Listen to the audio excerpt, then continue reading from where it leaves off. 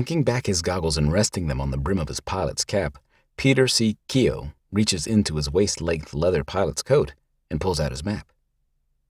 His thighs pressed together in order to hold the stick steady, the 40-year-old freelance employee of Standard Oil exhales. A sea of green stretches for as far as the eyes can see. A forest-covered, jagged mountain landscape that is as unrelenting in its thickness as it is in its sheer vastness. The retired U.S. Army colonel turned explorer for hire pulls back on the throttle of his de Havilland DH-82 Tiger Moth and begins to descend toward the tree-topped canopy of a valley split in two by the white-capped waters of the fast-moving Urubamba River. Wiping away some of the condensate from his goggle lenses with the tips of his leather-gloved fingers, he leans his head out over the fuselage to get a better bird's-eye view of the territory below.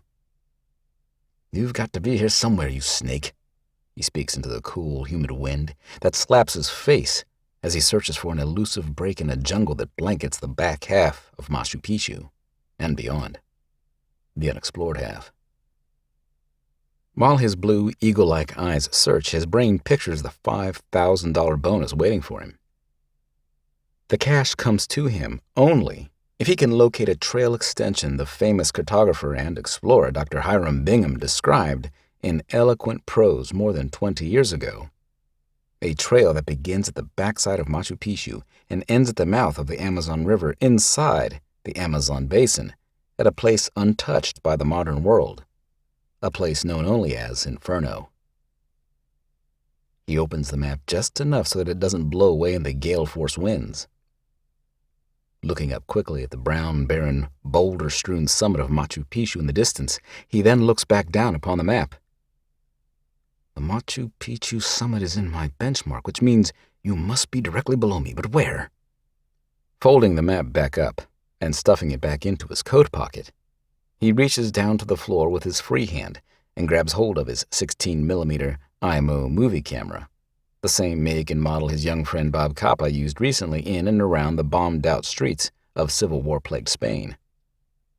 Leaning the lens over the side, Keogh presses the trigger on the camera and starts shooting footage regardless of the fact that the trail he's being paid to rediscover is nowhere to be seen.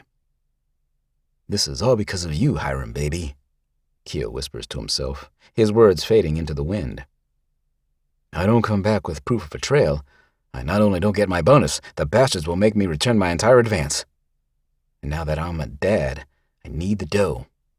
Just need to get a little lower." Luckily, Keogh knows that movie cameras, even the super high-tech handheld ones like the IMO, often pick up details that the naked eye cannot see, and that's what he's banking on right at this moment. That the camera lens will somehow break through the dense foliage and capture, even if only for a fleeting second, a humble visual hint of trailhead made of dirt or stone that will lead Standard Oil to believe they can guide a team of drillers into the Amazon basin in order to mine its vast resources of black gold. Fact is, Keogh is counting on it. But what he's not counting on is what can go wrong when he takes his eyes off the horizon for too long. An Army ground commander for most of his adult life, Keogh didn't take to the skies until after his retirement at age 35. Fearless in demeanor and often reckless in flight, his sky instructors would often scold him for not keeping your goddamn eyes on the road. "What road?" would be the likable Keogh's common response. A response that would be accompanied by brilliant blue eyes and a smile full of straight white teeth. That recklessness would prove to be bad luck over the jungle today, as the wheels of the dangerously low-flying tiger moth suddenly clipped the top of an ironwood tree, causing the nose of the biplane to dip just enough for the propeller to catch a branch. The prop snaps in two. An alarmed Keogh pulls the camera back into the cockpit, drops it to the floor, and shoves it under the seat. He grabs hold of the joystick, yanks it all the way back in order to gain altitude. But, with the prop broken, all it can manage is to make the plane climb a dozen hopeless vertical feet before it stalls, dropping nose first into the thick, tree-covered jungle canopy.